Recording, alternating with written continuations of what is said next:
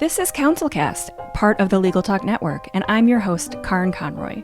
When you face a complex case outside your expertise, you bring in a co-counsel for next-level results. When you want to engage, expand, and elevate your firm, you bring in a marketing co-counsel. In this podcast, I bring in marketing experts who each answer one big question to help your firm achieve more. Here's today's guest. I'm Merit Kahn, CEO of SELLect Sales Development, and we work with professionals who are exceptionally very good at what they do, and they're frustrated because it should be easier to do business than it is, and it should be a way easier to grow their practice, and so we help them say all the right things, do all the right things to get and grow business. Oh, that's great. Okay, I think this ties right in with, so first of all, hello, Merit, and thank you for being here. Thank you, Karen. It's a pleasure. And this ties right in with so much of the work that we do with attorneys where I have an MBA and I bring in the business side of things. And this is not stuff that they learn in law school, but they feel like they're these really successful, intelligent people. And so it's stuff that they should sort of inherently know, which makes no sense. Like, this is stuff we have spent a lot of time figuring out. So this is going to be a great topic that I feel like lawyers are going to value a ton. And so the topic and the question that we are going to talk about is, what are the 4 words that can transform your sales? So first question I have before we get really deep into it is, how do you approach professional services like lawyers who don't even really like to think of it in terms of sales? Like, they really feel like they're advocates and they're kind of doing this work that they don't want to even call it sales. Right. Yeah. That's a fantastic place to start, because when you really think about it, you didn't go to law school and go through all of that effort and rigor to come out of it and be a salesperson, right? Yes. Like, you are a professional. It required a lot, expense, time, effort, all of that to go into that. And so it's not unusual. And I've worked with attorneys for 2 decades, more than 2 decades, and they're really frustrated because they don't want to be perceived out in the world as like just a salesperson. Yeah. They want their expertise to stand on its own. They worked really hard for that degree and the credibility that they've built over their career. But then they get to this point where they recognize that to be a partner in a firm or to start your own firm, you have to be a rainmaker. You have to be able to reliably, consistently bring in business to the firm to make it to partner status. And that's where the big money is. That's where the real cachet and prestige is. And guess what? At the end of the day, that's about how you are influential in the marketplace. And so I really would look at it more because, let's not be in an argument with reality. I'm not going to convince you that sales is not a dirty word in a 30-minute podcast. Right. And I'm probably not going to convince you of that if I had a year of talking with you every day. If you feel like that about sales, you're just going to feel that way. So let's not try to convince you otherwise. Let's give you some tools that don't make it feel pushy and salesy and aggressive so that you really can step into your expertise, use that to develop your influence with other people. And we actually, it's in the name of our company, SELLect Sales Development. What it means is, at the end of the day, we want you to stop selling, but we want you to start getting selected. Yeah. And to get selected, it's a dialogue. It's a conversation. It's not a monologue. It's not about me trying to get the words right to sell you. It's about us having a conversation so that you can discover for yourself that we are a good match, that we can solve your problem, and that we'll work well together. Yeah, while you were talking, I'm picturing the rainmaker that you were describing, but then I'm also picturing this kind of unique term for lawyers that, the ambulance chaser, that is the flip side of that. And I think that's the fear, is the ambulance chaser is the one that you're describing that's not having a conversation. They are chasing it. They're desperate. They're everything every lawyer doesn't want to be. But the rainmaker is a totally different kind of approach. And so if you really kind of take those two roles as 2 different ends of the spectrum, then I feel like then all of a sudden you can start to think about sales in two different ways. 100%. Yes, exactly. You nailed it. Yeah. Yeah. Yeah. Okay. Sorry, go ahead. Sorry. I was like, there's so much to say on this topic. And I think, I've listened to several episodes, previous episodes of your podcast, and I think the thing that makes this such a great show is that it's really an opportunity for attorneys to focus on the marketing aspects of what are they doing to make it easier to bring in qualified prospects to their business. Yeah. And then it's all about having the right conversations to turn those qualified leads into paying clients. Yes. And that's the distinction. And I think that a lot of times people confuse and collapse the ideas of marketing and sales, but marketing is everything that happens before a conversation. Once you're in a conversation, sales begins. And what I found over the years is that it's certainly frustrating when your marketing isn't working effectively and you don't feel like you have enough in your pipeline. Yes. And every conversation carries more weight and you feel more pressure to close a deal because you don't have a lot in your pipeline. But I think the most frustrating part is when marketing is working and you're paying for each of those qualified leads, but then you're not converting them into paying clients. And that's even more challenging because now you've paid good money. Right. And if you're wasting exactly. Yeah, I talk to people about this in terms of SEO all the time, where they are spending all this money, and for lawyers, SEO is pretty much the most expensive industry, and they're throwing all this money into it. And then I look at their website and it's a disaster. And it's the same, your website should be a selling tool for one thing, and it should be part of the whole plan. And if you're getting people to that website and then nothing happens from that point, or it's not doing it right, or it's not set up right, or there's a problem there, all of that money is such a waste. Couldn't agree with that more. And there's one little tweak to that. I think rather than the website being a tool that sells for you, think about the website as a tool that opens a prospective client's mind to the potential of you solving their problem. Yes. It's a slight distinction, but honestly, your website and all your marketing materials are really just designed to get you to the point where, as a prospective client, I think, okay, this person, this firm is got it dialed in enough. They're speaking my language. They're speaking to my concerns. There's enough resources here. It's clear. It's easy to navigate. They're professional. I want to talk with them. So it's really just about opening the door, that crack. And then the rest of it, you have to engage properly and effectively in the sales process. Right. You're not selling T-shirts. It's not the Gap. It's not like you're going to complete the sale on the website. Sale, it happens after they've picked up the phone and then you've had that conversation. So that leads right into the rest of the question. So let's talk about the big 4 words that, in terms of sales. So you get your website dialed in, you've got somebody on the phone, and then what? All right. This is the meat and potatoes. Are you ready? Yes. All right. So for 20 plus years, I've been working with entrepreneurs, business professionals, attorneys like we've discussed, and I've taught them a framework. So I call it the Open for Business framework. It's really 3 key components.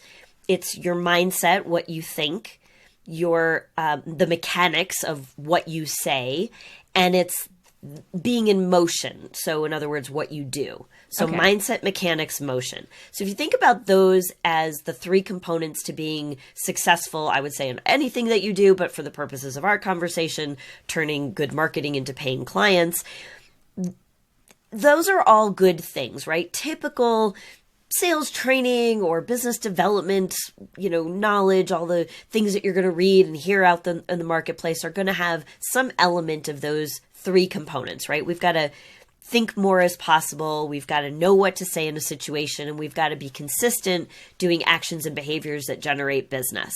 Right. We're all agreed on that. Yes. The challenge is, how do we create the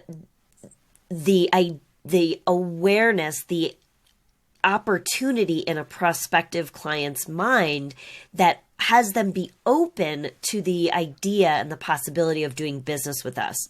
So what I like to say is the first step to a closed sale is an open mind.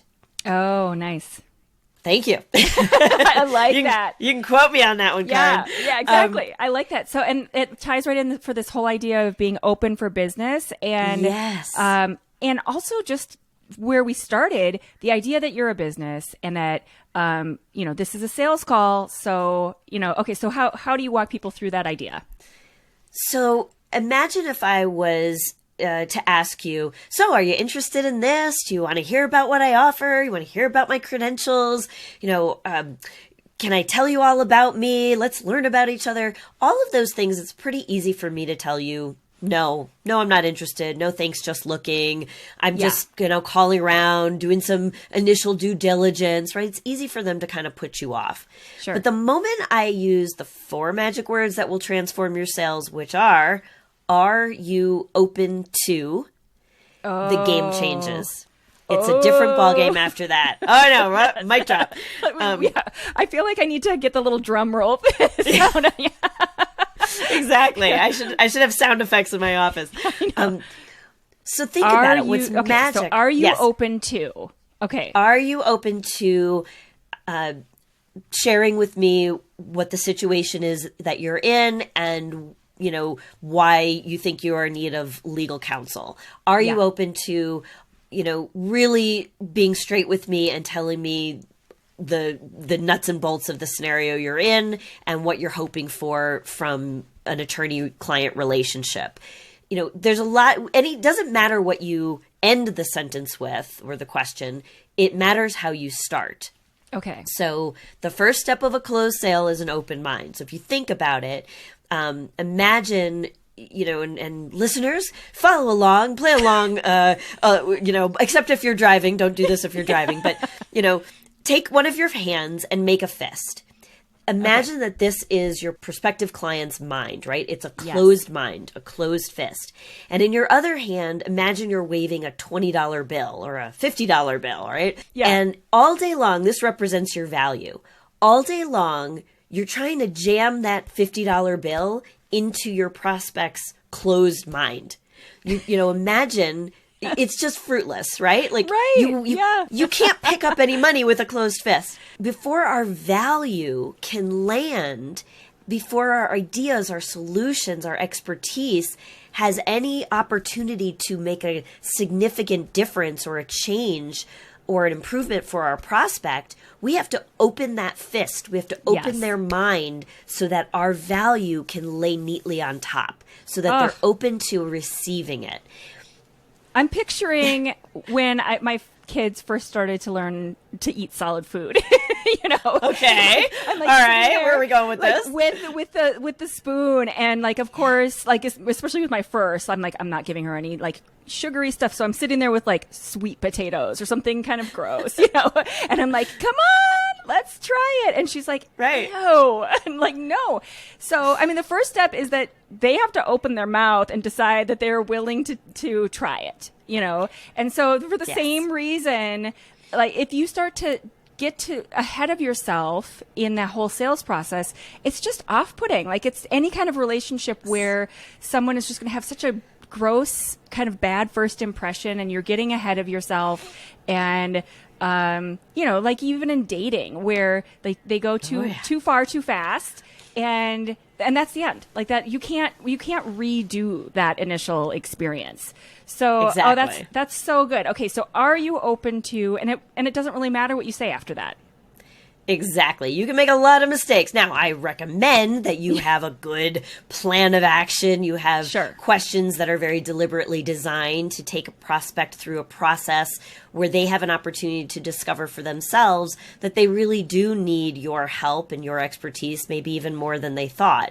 And so you do that with a very series of questions that, start with general things like tell me about your situation, all the way down to, what have you done to try to fix it? How has that worked for you? Who else are you involving in the decision-making process besides yourself?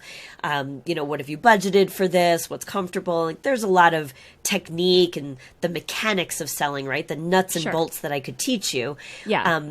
But the game changes when you start any of that with that magic transformational phrase of "Are you open to?"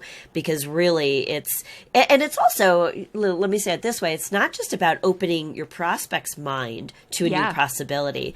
I think, especially nowadays when we've just been through a lot of change in the marketplace globally, and we have to ask ourselves this question now. Yeah. Am I open to new ways of doing business, new ways of serving clients, new ways of getting in front of prospective clients? Yeah. And another question that I like to ask my audiences, I do a lot of keynote speaking these days virtually, but certainly back in the day was, in person, and now there's a lot of hybrid events. But one of the questions I always start my programs with is, have you already decided it can't get any better, or are you open to a new possibility? Oh, so the "are you open to" start is where you start. So before you even start asking all those kind of research questions about that you were mentioning, where have you started? What is your budget? That all comes after the "are you open to?" Exactly. Yeah. Okay. Are you open to having a conversation with me to see if we might be a match? Yeah. Right? It's just different than, are you interested in having a conversation with me? I can say no to interest. If I say I'm not open to it, I'm actually admitting I'm not open-minded, and pretty much nobody wants to do that. Right. And typically most lawyers schedule calls in the same way that I do. In that they schedule them with me. I don't schedule them, I don't seek it out and have a sales team that is, doing cold scheduling or some weird thing like that. They're scheduling and they're choosing to have the call. So to start the call and say, are you open to this, this conversation or whatever the rest of your sentence is, I can't imagine how they could say no, because then it's like, well, then why did you schedule this call? You're the one. That's fair. Yeah. You wanted my time right now. How is this? How did that happen? Who did that? Well, did somebody else schedule the call? Exactly. So that's a great point. And you could just start by acknowledging that they're open. Yes. Hey, I wanted to really thank you for blocking this time for us to have a conversation. Yeah. Obviously, you're open-minded to professional legal advice, and I would imagine you've done some due diligence to see what your other options are.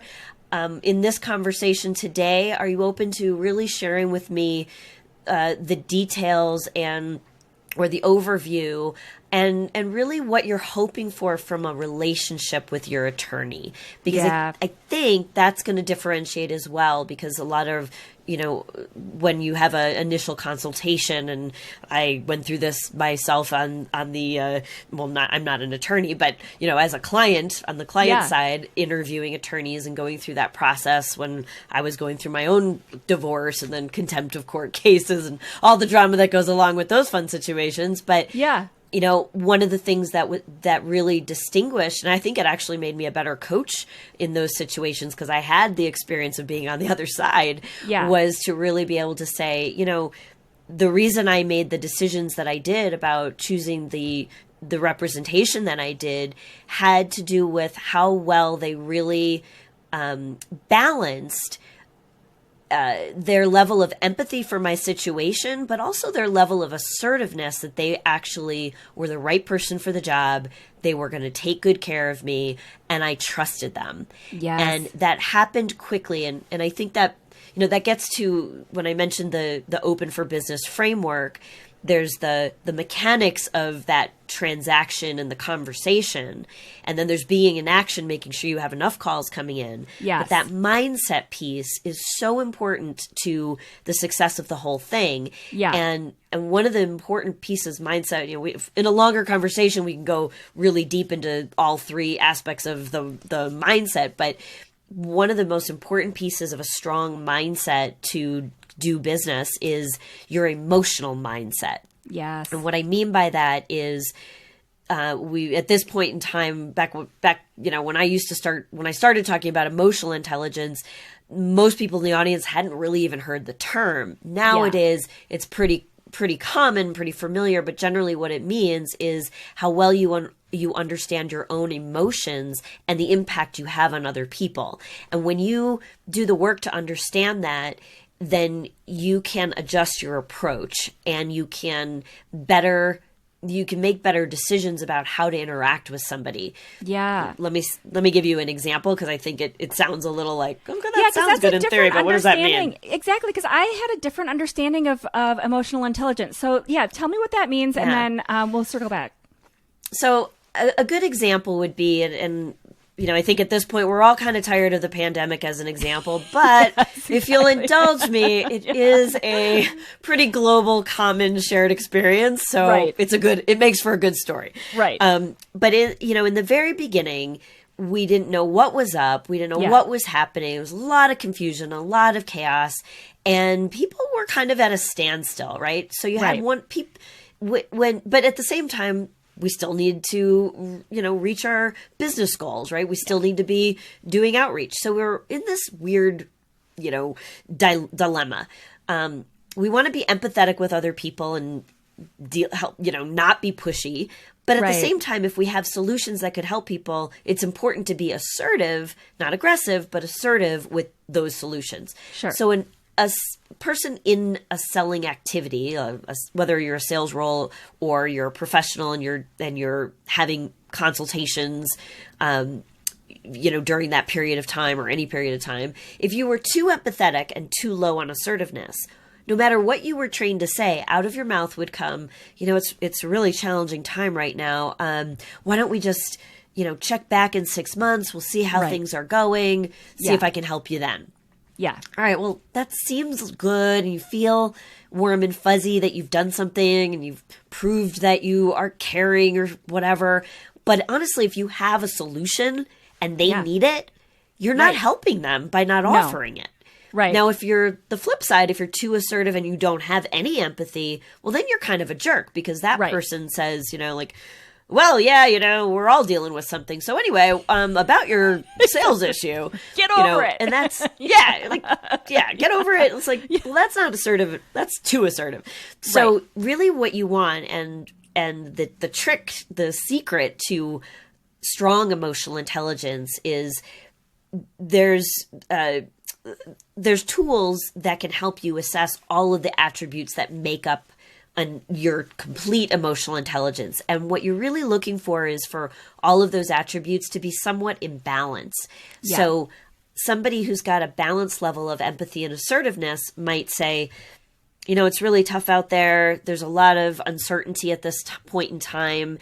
And, we can't solve all the world's problems, but if you're open to it, how about we focus on that one thing that we really could solve if we put our heads together? And why don't we start with, what's the situation that is, really a challenge for you that working with an attorney in my area of expertise would help resolve? Oh, that's so good. I love the balance between I could hear that balance between the empathy and the assertive. So when I finished my MBA, we had this like a whole series of sort of personality tests. We did the Myers-Briggs, whatever, but we did an emotional intelligence test, and they basically like threw up a whole bunch of faces that had some sort of expression, and we were supposed to judge. And basically, if we got it right, it showed whether we had, that was measuring our emotional intelligence. So I always thought it was like, basically, if you can read people and if you can kind of understand or, be empathetic or understanding and compassionate of that other person's feelings. So it sounds more like it's more of a understanding of your own levels and your own balance between those two things is the way you're describing it. So is it both or what? Yeah. Yeah, it's a great question. It really, there's so much to it. It really is both. It's understanding your own wiring so that if you noticed an imbalance, you can take the necessary steps to correct it. I'll give you another quick little example. Yeah. One of the other combinations that I like to look at is the relationship between optimism and reality testing. So those are two independent findings that we observe in an emotional intelligence assessment. So this is where I'm not quite sure how they would get to this level of detail in the facial cues part of the assessment. That might have been just sort of a tip of the iceberg type of tool that you used. But one of the things that, that's a really interesting imbalance to look at. And sometimes they're in balance, so it's all good. But I tend to be very high optimist. So I'm going to see opportunity and possibility in just about anything. Yeah. And silver lining. Oh, absolutely. Oh, that'll work out. Pandemic, no problem. I'm gonna crush my goals. Yeah, no problem. Oh, there's no more keynote stages? No problem. I'll find a way to replace all that business. Yeah, no problem. So, but high optimism and low reality testing, it shows up everywhere. It's like, oh yeah, I'll meet you at 5.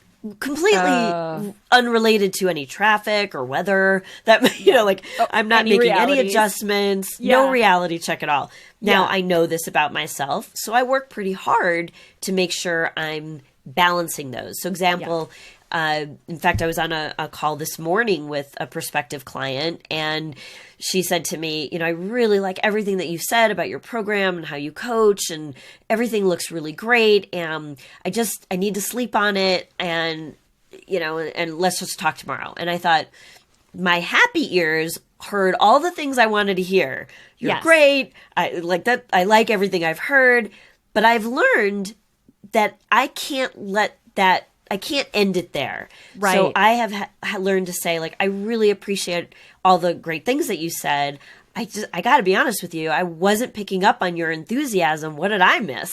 Yes. Now she's telling me all the things that she's like, well, I really did like this and I really did like that. That was not techniquey. I wasn't trying to manipulate her. I wanted her, but also to be clear, but I also wanted to hear for myself, what specifically did she like? I followed that up, of course, with, okay, so I just said it as it is. I said, I tend to like to hear all the great things when people share them like you've done.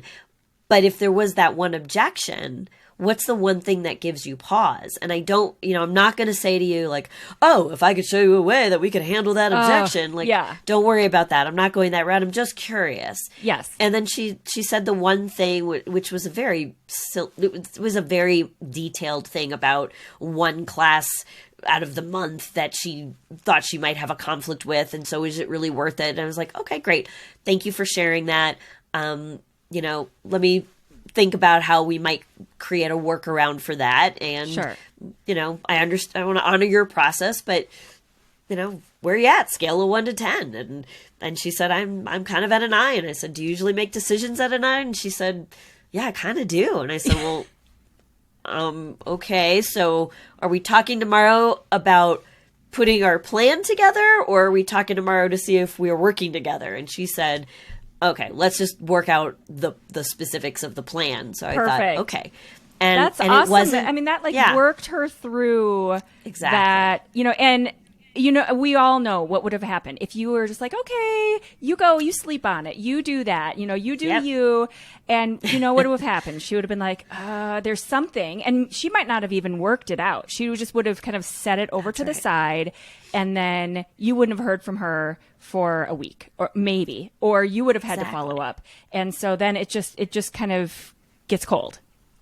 Exactly. Yeah. And I would never have known that about myself, that how that emotional mindset was the foundation, and all of the skills that I had learned and mastered about the mechanics of selling and transacting business, all of that layers on top of how I'm naturally wired. And things like optimism and reality testing can disrupt and negate all of the good training that I have, and it would be unbeknownst to me. Right. So and I'm you would grateful just be sitting there confused and frustrated because your gut instinct without the training would have been, like I said, to just let her go and be nice and just, kind of cross your fingers and be sort of Pollyanna. Like, oh, it's going to happen. It's great. And meanwhile, she's talking herself out of it. And you've talked her through that hurdle that was just like some minor little detail. Oh, that's so good. Awesome. I feel like the mindset piece it's something that you hear more and more and more about lately, but it really is critical in kind of understanding, especially like we're talking about that emotional intelligence, where you're coming from, and then how to compensate for whichever direction you lean in. And for most attorneys, let's be real, it's going to be way too heavy on the reality side and not too much on the emotional side. Exactly. So nobody wants to sit and hear the details of the contract before they've even decided to work with you. And so you've got to talk to them about their problems and kind of tap into their fears and their issues and their concerns before you start talking about your rate and the details and the contract and how long this is going to take and how many days this trial might happen, and all of those things. Like get that out. Don't jump to that kind of phase of the conversation. Make sure you balance it out. Exactly. Yeah. Use your expertise to ask the best questions, not to dump it all over them thinking that you're going to convince them with how brilliant you are. Yes. That's awesome. Okay, so Merit, as you know, our audience is full of attorneys that don't have time for books that aren't worth it. So I know you have actually 2 recommendations for books. Yes, so overachiever. Yeah, that's awesome. I mean, the more books, the better. We all need all the good books. So what are your recommendations? Yeah, since I knew we were going to be talking about emotional intelligence today, my favorite book is called The EQ Edge. It's nice. Emotional Intelligence and Your Success. It's by Stephen Stein, PhD, and Howard Book. And they actually also, they are part of an organization called MHS, Multi Health Systems, out of Toronto. That's the assessment that I use in my business to... Has that been around forever? Yeah. That sounds like the one that, we have I maybe even did in grad school. I was thinking that it might have been because I know they do. There is a facial thing. There is, yes, there is a tool like that they have in their suite. I use a slightly different emotional intelligence assessment, but that organization, that company has the most scientifically validated assessment tool available in the global marketplace. Oh, how I've used it for more than a dozen years. I love it. To the person, everybody says, you nailed it. And it's got great coaching baked into the report so that when I debrief it one-on-one with a client, they have that resource to go back to, and then it's just a great and figure tool. out where to kind of start with their thought around their whole sales process, whether they're because nobody's going to be right in the middle, perfectly balanced. Everybody's going to be on one side or the other, and so you just have to start knowing one way or the other which thing that you need to work harder at. The other part is going to come as your gut kind of instinct, and it's just good information to have. Absolutely. And the magic is you lean into your strengths to bring up your weaknesses, not try to overmanage the weaker areas. But that's we could do a whole nother show just on that. The other book I want to recommend, particularly to an attorney crowd, is Influence. Ooh. Science and Practice by Dr. Robert Cialdini, Cialdini.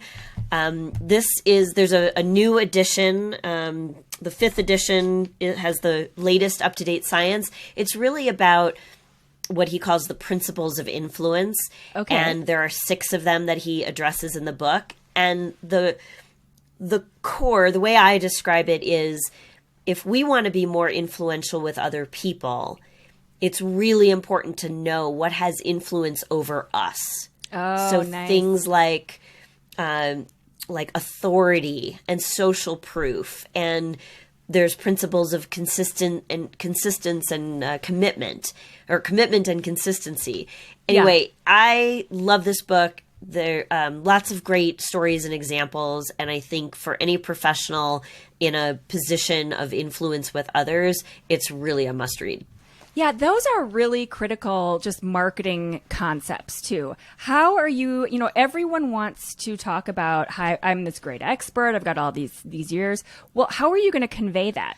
It's not going to be your resume, my friends. It's not going to be your LinkedIn profile, probably. I mean, if you're putting great stuff out on LinkedIn and posts and things like that, but probably not the resume part of your LinkedIn profile. People might want to know like what company you work at and, like where you were before that, maybe. But that's like step 2 or 3. It's, all of those other things about how you're going to convey your influence and your trust and all of those things. And so we talk about that all the time when we're working with clients. That's really you'll love super it. critical stuff. That sounds awesome. I haven't heard of that one. Yeah. So Merit, what's one big takeaway that you want listeners to get from this episode? I definitely want them to remember the 4 words that will transform their business development. Are you open to? So wrap those words around just about everything you do. If you'd like to learn a little bit more about the Open for Business framework, or you'd like to know kind of, which one of those pieces, is it mindset, mechanics, or being in motion? That's the one that I should be most focused on. We actually developed what we call as a sales SWOT. And nice. It's, strengths, weaknesses, opportunities, and threats. And so we've got an online assessment. It's free. And unlike other online tools where you get kind of this boilerplate report coming back to you, if you answered question 6 in this way, then you must be this. Right. We actually have human expert eyeballs that look at every single report that comes across our desk. And we will either do a little quick video that's 100% personalized for you to give you our quick analysis and make some initial recommendations. Or in some cases, it makes sense for us to reach back out to you, schedule a conversation so we can go a little bit more into detail about what we learned from the assessment. And it's just a great exercise. I'm going to spend an extra minute on this because SWOT analysis are something that you do in business school usually. And this is also something that I've done some posts on, and they get the most traction over every other kind of content that I'm putting out there. And so a SWOT analysis, if you haven't heard of it, which, if you went to law school, you probably didn't. Maybe, I don't think they cover that in law school, but is strengths, weaknesses, opportunities, and threats. And it's the perfect place to start with any project, if you're starting your firm, you definitely need to do this. And you just need to chart these things out. And if Merit has this amazing tool, you definitely need to just kind of go to her site and use that as a starting point for how to kind of do a big landscape thinking about whatever this thing is that you're looking to go forward with. Highly recommend SWOT analysis. We could do a whole nother show on that one too. That's amazing. Well, thank you so much for that resource. Absolutely. Let me tell you where to find it. So the best site to go to is at my name. So it's Merit Kahn, MERITKAHN.com/podcast. Okay. And I'm sure we'll put that in the show notes. Exactly. We'll link to that in the show notes as well. And we'll have that there so that people can go in there and figure out what those SWOT analyses are and how to kind of organize their thoughts around this. That's awesome. Well, Merit, thank you so much for being here. This was such a great conversation. I know there's some solid, ideas and things that are unique that a lot of law firms and lawyers are not considering, and this will really give them some good stuff to think about. So thanks again for your time. You're welcome. Thanks, Karen. Thank you for listening to this episode of the CounselCast podcast. Be sure to visit our website at counsel-cast.com for the resources mentioned on the episode and to give us your feedback. If you enjoyed this episode, I would appreciate if you could rate and review the podcast on Apple and subscribe to your favorite podcast platform. See you on the next one.